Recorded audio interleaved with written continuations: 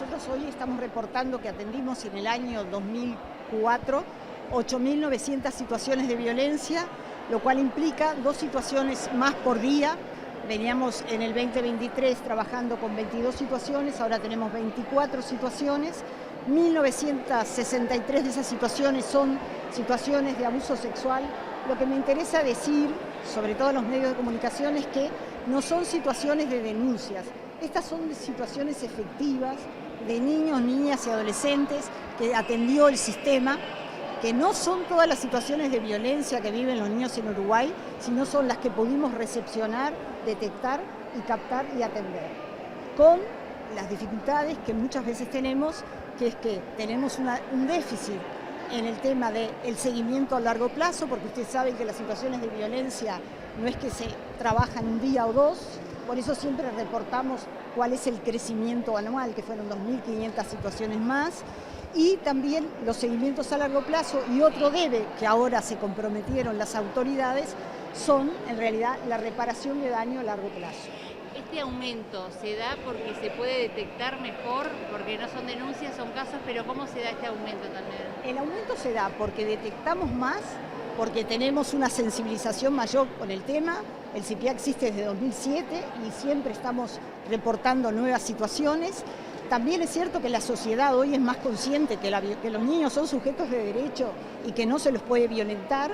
pero insisto con que tenemos carencias. Uno de los temas que nosotros abordamos en el informe, aparte de las cifras, son las violencias estructurales. El tema de la pobreza infantil cruzada con violencia, ese para nosotros es un tema central. Otro de los temas que nos desafía es que tenemos nuevas formas de violencia. La violencia digital es un nuevo método de violencia, siguen siendo las mismas violencias,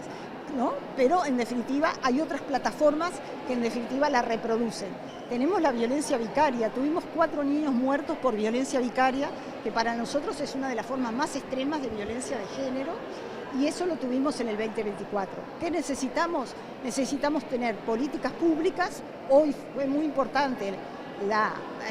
presencia de las autoridades, de la vicepresidencia, y por primera vez yo que estoy en el CIPIA desde su fundación, del presidente de la República. Esperemos que esto sea parte, en realidad, de que las instituciones, no solamente los 661 que trabajamos en el CIPIA, abordemos las situaciones, sino que haya una transversalización de la política pública con recursos, pero también pensando nuevas metodologías de abordaje, porque obviamente la violencia nos desafía cotidianamente y tenemos que modificar la forma en que llegamos a niños, niñas y adolescentes. ¿Se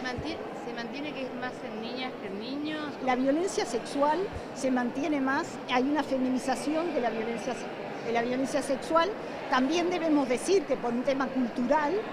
muchas veces la violencia o el abuso sexual hacia los varones es menos detectado o menos denunciado, por lo que implica el tema de las masculinidades y el tema de los varones. Yo creo que las mujeres, a través de los movimientos feministas y a través de la educación sexual, sobre todo las adolescentes, han podido decir más. Con los varones todavía tenemos un trabajo y tenemos un debe. Entonces, a mí me parece que eso es importante. Y insisto que es importante empezar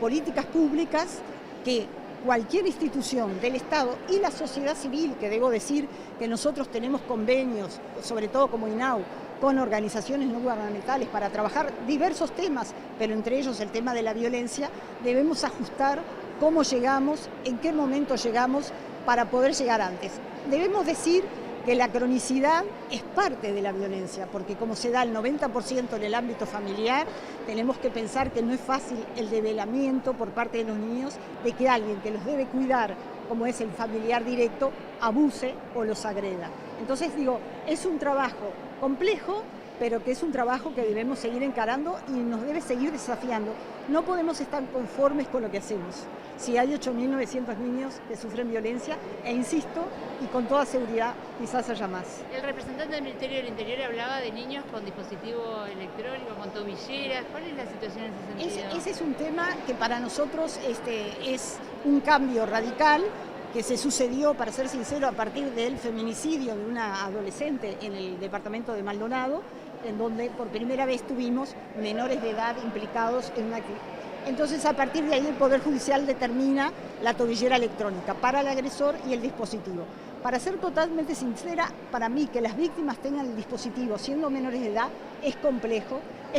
el seguimiento. Nosotros solamente de todos los datos que dio el Ministerio del Interior, y ahora voy a volver a coordinar, tenemos detectadas como INAU solamente 8 situaciones de víctimas, pero ustedes imagínense lo que implica, aparte de sufrir violencia, tener un dispositivo que en definitiva, si bien el DIMOE del Ministerio del Interior y muy bien monitorea al ofensor, cuando el ofensor se acerca, la víctima, si tenga 9, 10, 12, 13 años, siente que le empieza a vibrar un dispositivo. Y eso para nosotros es extremadamente revictimizante. ¿Qué habría que hacer en ese caso? En este caso debería ser que nosotros, en definitiva, pensamos que el dispositivo de tobilleras no sería el mejor implemento, sino que serían medidas cautelares de no acercamiento hacia las víctimas y que el seguimiento de las víctimas deben ser por los equipos sociales, no por dispositivos, porque ya los que hemos trabajado con mujeres sabemos lo que implica en realidad tener un dispositivo electrónico de alerta. Si bien los niños hoy siempre están en estado de alerta, porque también se nos ha mezclado, y no es menor, la violencia en los barrios, y eso deja en estado de alerta a los niños, tener todavía un dispositivo con respecto al tema de los ofensores, en realidad es complejo, tenemos que repensar. Hay muchas cosas que pensar y que modificar. Bueno, nosotros hoy anunciamos medidas concretas, el funcionamiento del CIPIAB que comenzó en el año 2007, el Ministerio de Salud Pública y ACE han participado desde el inicio y cuando tú hoy hacías referencia, Jimena, de las cifras, la ciudadanía tiene que dimensionar y fueron 824 situaciones que los equipos intervinieron en el año 2011. Y estamos hablando que en el año 2024 y en este informe de rendición de cuentas se establecen 8.924 situaciones donde el Estado interviene en situaciones de abuso y de algunas formas de maltrato hacia niñas, niñas y adolescentes. 797 más con respecto al año 2023. Entonces es una situación realmente grave. Cuando repasamos cada uno de los temas del informe, particularmente salud, tenemos mucho para avanzar. Nosotros estamos comprometiendo a que en cada uno de los equipos, en cada departamento, tiene que haber equipos de reparación de daño, porque cuando uno mira el mapa, y le digo, el CIPIAB viene haciendo un estudio hace muchos años, desde el 2007 para acá, de búsqueda de datos, de cómo trabajan los equipos. Hay 36 equipos de recepción local entre salud, educación, Ministerio de Desarrollo Social, instituciones del Estado que trabajan en cada uno de los departamentos. Pero lo grave es que el Uruguay esto no lo puede naturalizar. Tenemos que trabajar en los temas de prevención, en las condiciones estructurales que llevan a esta situación tan grave. Un país que tiene tan pocos niños y de verdad nos tenemos que preocupar por las características y por la vida plena que tienen que tener los niños, niñas y adolescentes. Pero ahora, lo grave es que solamente en el país hay 3 equipos para reparar el daño. Entonces, estamos en una situación, fíjense que es en Artigas, es en 33 y es en Maldonado. En el resto de los lugares del país, la reparación del daño está hecha por equipos de forma o por técnicos de instituciones de forma aislada. Entonces, nuestro compromiso como salud es que nos comprometemos a implementar equipos para reparar el daño en cada uno de los departamentos del país. Estamos generando para el año 2025 y para el quinquenio jornadas de capacitación a todos los integrantes de los equipos del Sistema Nacional Integrado de Salud, porque cuando acá también repasábamos los datos del informe de la participación de salud, es alta la participación de ACE en los comités de recepción local y las instancias, pero los prestadores privados, los cuales dependen de las instituciones de asistencia médica colectiva, con los cuales mantenemos reuniones periódicas, y este va a ser la prioridad en la próxima reunión que los voy a convocar en 15 días, es que debemos estar integrados a cada uno de los comités de recepción local de cada departamento, pero estar en la implementación de los equipos de reparación de daño. También estamos trabajando en tener una estrategia de trabajo con adolescentes que tienen ya conductas abusivas desde el punto de vista, inclinaciones de conductas abusivas desde el punto de vista sexual, porque esto genera una estrategia de trabajo específica que también la vamos a abordar. Y estamos escuchando a los técnicos que tenemos en nuestra institución, que se están incorporando técnicos que están muy especializados en los abordajes de los temas de violencia, sobre todo hacia niños, niñas y adolescentes, pero también hacia violencia de género, ubicando un modelo que se hace en Islandia, pero que se ha replicado hace años en Europa, en muchos países del Reino Unido, Suecia, Noruega, que se llama el modelo Barnahus, que es un lugar donde un niño que sufre, una niña, porque sobre todo son mayoritariamente niñas, una situación de agresión sexual, en un solo lugar, esa niña, imagínense, porque realmente son niñas, que ya sufren una situación tan grave como una agresión sexual, hoy en nuestro país tiene que migrar entre la justicia, el Ministerio del Interior, Salud, o sea, es revictimizada y violentada en muchos de los dispositivos que el propio Estado podría tener centralizado como aplica ese modelo. Entonces, con vistas al diseño presupuestal, Salud tiene varias acciones y ni hablemos de fortalecer toda una estrategia que venimos haciendo en el embarazo de niñas y adolescentes, sobre todo el embarazo en las niñas, que las niñas no son madres, son niñas cuando tienen un embarazo, que más del 80% está vinculado a situaciones de agresión y de violencia sexual. Entonces nosotros como Salud vinimos a ratificar que el problema es complejo, que requiere un abordaje como reflejaba la mesa, y fíjense que hago una observación, por primera vez, y yo estoy desde el inicio, por trabajos anteriores, desde el 2007 de la creación del CIPIAB, es primera vez que viene un presidente de la República, como concurrió hoy el presidente Yamandu Orsi, a una instancia como esta, a comprometerse como Estado y como Gobierno a que las políticas hacia la primera infancia, infancia y adolescencia son una prioridad. Estaba la vicepresidenta de la República y con el compromiso de reglamentar la ley de primera infancia, infancia y adolescencia que aúna toda esta dispersión que tiene el Estado, y la punta más frágil son los hogares con niños, niñas y adolescentes. En vivo para Subrayado, ¿cuáles van a ser las políticas de gobierno entonces prioritarias? Bueno, hoy fueron establecidas, están acá, generalmente tomar este tema con un abordaje intersectorial, pero después que cada sectorial se haga cargo de lo que se tiene que hacer. Por eso nosotros desde el Ministerio de Salud Pública vinimos a ratificar nuestros compromisos para el quinquenio, fortalezando las instancias de capacitación, el compromiso que en el 100% de los departamentos del país vamos a estar integrados los prestadores públicos, ACE, pero también donde haya dispositivos de las intendencias departamentales con formación en salud, sobre todo en las instituciones de asistencia médica colectiva, integradas a los comités de recepción local, pero comprometernos ante la ciudadanía que en el 100% de los departamentos del país tiene que haber equipos para reparar el daño, porque no solamente estamos llegando tarde, y como país esta es la cifra más interpelante de todas las vulneraciones que tienen los hogares con niños, niñas y adolescentes. No hay una sola medida, es un conjunto. El Estado uruguayo se compromete en un conjunto de medidas a implementar, porque hoy es inadmisible que un país con tan pocos niños tenga la pobreza concentrada en esos hogares, tengamos estas cifras de verdad que son desgarrantes. Yo vengo año a año y me cuesta muchísimo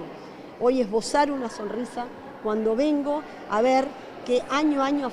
aumentan de forma exponencial, y el Estado uruguayo tiene que hacerse cargo. No solamente, porque fíjense que estas 8.900 situaciones que aborda el CIPIAB son las que abordan a través de educación, de salud, de dispositivos sociales, de organizaciones de la sociedad civil, pero en todos los lugares del mundo se sabe que es 3 veces más las situaciones que no llegamos a detectar, o a veces llegamos demasiado tarde. Fíjense que acá se aborda la implicancia que tiene la muerte vicaria, o sea, es un tema muy complejo, las condiciones estructurales que llevan a esto. Ahora, nosotros como Salud nos tenemos que hacer cargo. Nos tenemos que hacer cargo de tener equipos de reparación de daño, estar en los equipos donde se empieza el abordaje interinstitucional, y tenemos que trabajar como Estado que los niños no pueden ser revictimizados por el propio Estado con las múltiples instancias que tienen que hacer. También hoy acá la vicepresidenta de la República ratifica compromisos que hay que hacer desde el punto de vista legislativo. Y el Estado hoy viene a ratificar la reglamentación de la ley hacia la primera infancia, infancia y adolescencia, que quedó pendiente, no la realizó el gobierno anterior. ¿Y para cuándo está previsto que se conozca ese reglamento? Bueno, ese reglamento estamos trabajando con el director de OPP bajo la orden política del presidente de la República, el Ministerio de Salud Pública y nosotros como quien redactamos la ley, con nuestros equipos jurídicos y técnicos, también el INAU a través de la presidenta Claudia Romero, el Ministerio de Desarrollo Social, Economía y Finanzas, pero liderado por la OPP porque hay que reglamentarla antes del diseño presupuestal. Entonces es muy importante porque va a unar no solamente en este tema que es el más desgarrante de la violencia, sino otras instancias que tenemos que trabajar, transferencias monetarias, dispositivos sociales que hoy están dispersos en el Estado, entonces no se llega a tener una eficiencia en cómo trabajamos y las personas también se sienten desbordadas o no conocen dispositivos, entonces hay que trabajar de forma coordinada desde el Estado, hay que tener sistemas de información que permitan, hoy fíjense, tenemos la trazabilidad del sistema vacuna y los sistemas de información, pese a los avances de los hogares donde hay niños, pese a que hemos avanzado ahora un poco desde salud, algo del área social, no se cruzan los sistemas de información del INAU con los de salud pública, con los de ACE, con los del área del Ministerio de Desarrollo Social, con los de educación, deberíamos tenerlos bajo el Banco de Previsión Social en un único sistema de información que permita saber en tiempo real, porque después lamentamos las cosas cuando suceden. Venimos acá, todas estas cosas tendrían que haber sido prevenidas o detectadas en etapas mucho más precoces.